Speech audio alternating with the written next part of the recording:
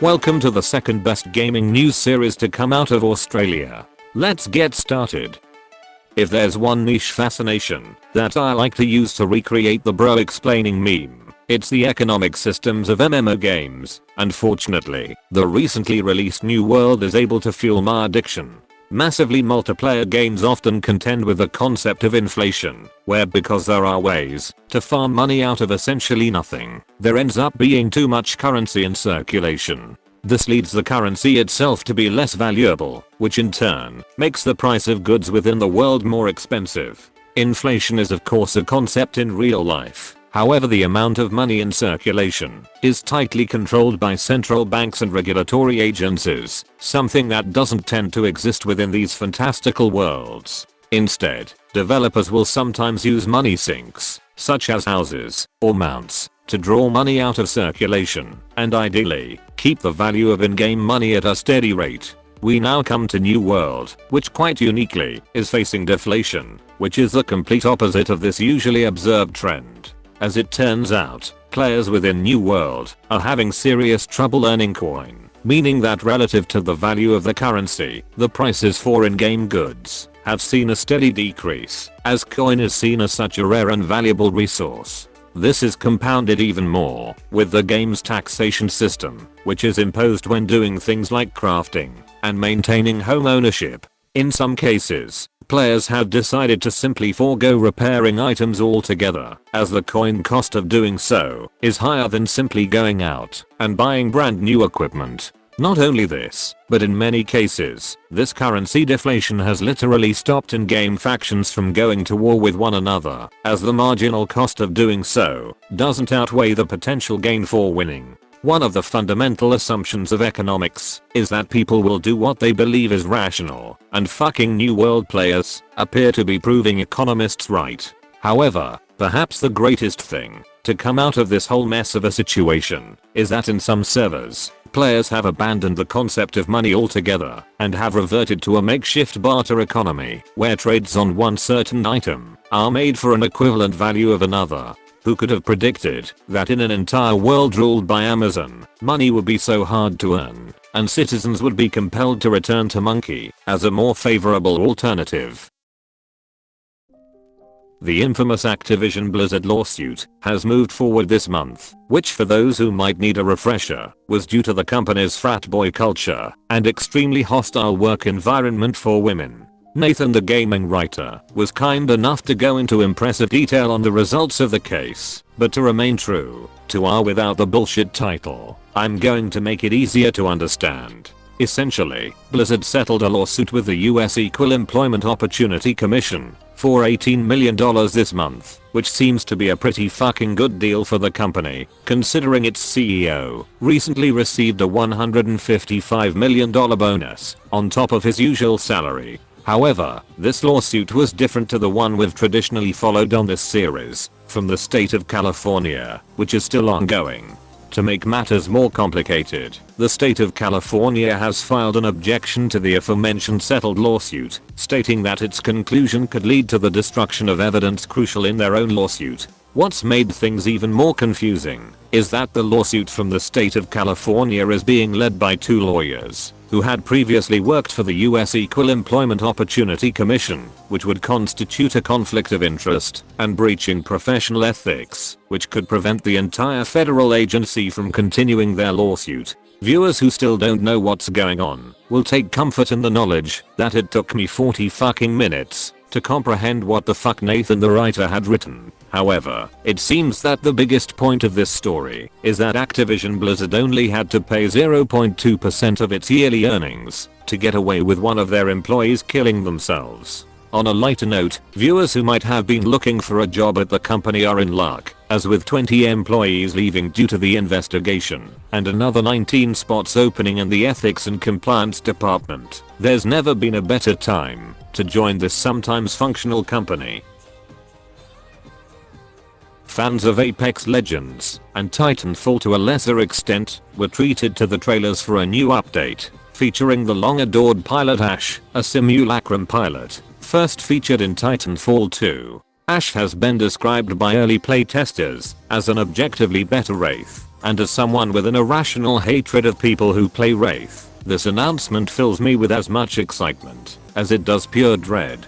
The update also brings with it a new tropical map, the infamous car SMG from previous entries, and a very average leaked battle pass. Respawn appears to be doubling down on appealing to their core Titanfall audience by slowly integrating content into Apex, presumably to not split their player base.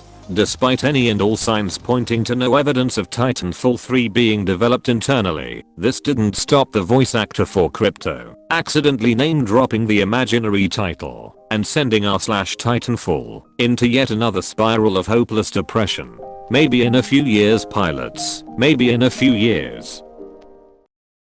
Following the lukewarm reception of Call of Duty Vanguard and the troubled beta of Battlefield 2042, the goalposts for the title of the best AAA shooter for this year seems to have been left wide open for Halo Infinite, and the developers at 343 seem set up to Ronaldo the fuck out of this bitch. Initial beta tests have been received exceptionally well, with reviewers such as SkillUp describing it as a game which feels like it's already been released and polished over several years, as opposed to a standard minimal viable product shipped to please investors. Fans of Rainbow Six Siege, who played before Operation Health, will know exactly what this looks like. The Halo developers also seem to be doubling down on Microsoft's commitment to PC players, with the PC version of the game supporting a huge range of tuning options, post-launch ray tracing capabilities, widescreen support, and even the ability to host cross-platform LAN parties. Continuing this trend of PC compatibility, it was also leaked that when Halo's Forge mode is released sometime after its initial launch, it will come with full scripting features, making it comparable to its own game engine in and of itself. Custom games in Halo have always been a much loved staple of the community, but with these advanced features and a commitment to support the PC community, it seems as if players could yet see a golden age of player-created Halo content. Viewers looking to get ready for some truly wild LAN parties might be interested in today's sponsor. If there's one thing more attractive than being a gamer, it's having a nice cock, and with our friends from Manscaped, you'll be able to easily check both of these boxes. With Manscaped's Performance Package Kit, you'll have everything you need to impress that special someone and give yourself enough confidence to go for that easy team wipe. The crop preserver will keep your sack fresher than your cousin's terrible SoundCloud music. The weed whacker will keep those nose hairs more absent than your girlfriend's father figure. And the Shears 2.0 will keep those nails cleaner than this headshot that Crusty scored during the recent Battlefield beta. The flagship of the pack is the new Lawnmower 4.0, which is a waterproof trimmer, rumored to be as quiet as a water-cooled PC and more delicate than your first attempt at installing your CPU. You never know when your cock might be expecting company, but with Manscaped, you'll always be ready for a surprise doctor's appointment, a date with that special someone, or just a fun get-together with the homies. As always, checking out with the code on screen will get you 2 free gifts, 20% off, and free international shipping. Manscaped. Don't say Uncle Swag never did anything for your penis. Meanwhile, the GTA Remastered Trilogy is officially unveiled. Sony announces God of War coming to Steam early next year, and Overwatch renames McCree to Cole Cassidy. A scuffle between FIFA and Electronic Arts, often considered the scummiest entities in their respective fields, has taken place this month, with the Football Association reportedly demanding double its current licensing fee for EA to continue using its name. FIFA currently hold the rights to the name, logo, and the World Cup, while the teams, stadiums, and players are all signed through other contracts. When considering the Football Association wanted an entire $1 billion for a 4-year contract to use the name, Electronic Arts quite unsurprisingly told them to go fuck themselves. The future of football games in general seems to be entirely uncertain, as not only does FIFA intend to work with another developer and continue the franchise from the ground up, but Electronic Arts will need to come up with a way to convince their regular fans to buy their new games, which will prove especially challenging when most of them don't know how to read.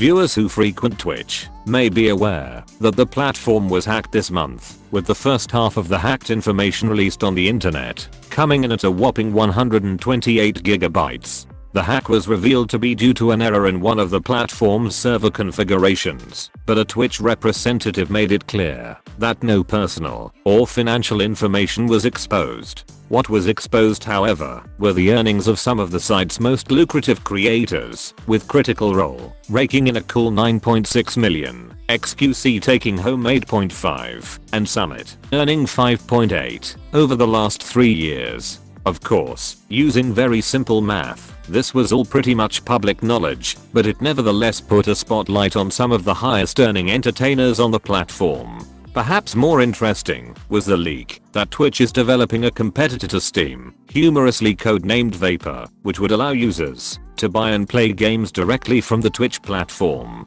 As of time of writing, there is no information on part 2 of the leak, but we suspect it probably won't keep us waiting for very long. The War Thunder community seems to be the gift that keeps on giving this month, and if they keep making headlines, I'm afraid we might have to bill them for our time. Viewers might remember a few months ago when a former British tank commander posted a classified manual on the Challenger 2 tank to win an argument with a fellow player, which eventually ended in a cease and desist order from the Ministry of Defense. As it turns out, the passionate player base just can't stop sharing classified documents online, when this month saw one player posting portions of the gunner's manual of the French Leclerc main battle tank, and revealing more specifically the rotation speed of its main turret. Once again, the developers have kindly asked players to stop fucking posting classified military information to win arguments against who we assume to be intelligence agents working to slowly uncover the specs of these tank designs. Meanwhile, the creator of Stardew Valley announced their next release, titled Haunted Chocolatier. Next-gen updates to Cyberpunk and The Witcher have been delayed until next year, and Sony shows off the first trailer of its Uncharted movie, starring Tom Holland and Mark Wahlberg. In a surprise announcement, Ubisoft unveiled its third battle royale offering, titled Ghost Recon Frontline. This free-to-play shooter, set in the Ghost Recon universe, promises class-based squads, the ability to call in structures and support fixtures from the sky, and seems to follow the proud Ubisoft tradition of taking the best parts from every other game in the genre and coming up with a slightly worse version of these ideas. Fans of previous Ghost Recon games are understandably unhappy with the direction of this new entry, as they've had to see their beloved franchise be the latest victim of the Battle Royale live service trend. Titanfall players feel your pain. Following substantial backlash to the reveal, Ubisoft has decided to postpone the early technical test until further notice, presumably while the team gathers feedback on what their player base actually wants. One of the biggest criticisms of Ubisoft in recent years has been its handling of the Tom Clancy license, which implies a realistic and grounded military-style game. However, most recently, it seems to merely be used as a branding tool for their shooter franchises. I've mentioned this before, but it seems as if Ubisoft has a habit of limiting itself to games that are safe and tested by other studios, as opposed to putting in the time to create their own original Game of the Year winners, a sentiment many fans seem to share. With this in mind, perhaps to regain public favor, news of a new Splinter Cell game has supposedly leaked online, which would mark the first mainline entry in the series for 10 years. Splinter Cell fans should, however, keep their expectations tempered, as when considering recent events, the leak might just suggest a Smash Bros. Style Ubisoft game, with Sam Fisher as a playable character. In terms of new releases, October was fucking massive, seeing the launch of FIFA 22, Far Cry 6, Metroid Dread, Back 4 Blood, Guardians of the Galaxy, Riders Republic, Age of Empires 4, and Mario Party Superstars. November, on the other hand, is set for another solid release schedule, with Call of Duty Vanguard, Battlefield 2042, Forza 5, and Pokemon Brilliant Diamond and Shining Pearl for the Switch. Viewers who are interested in non-gaming news for October can stay tuned for our regular news entry before the end of the month.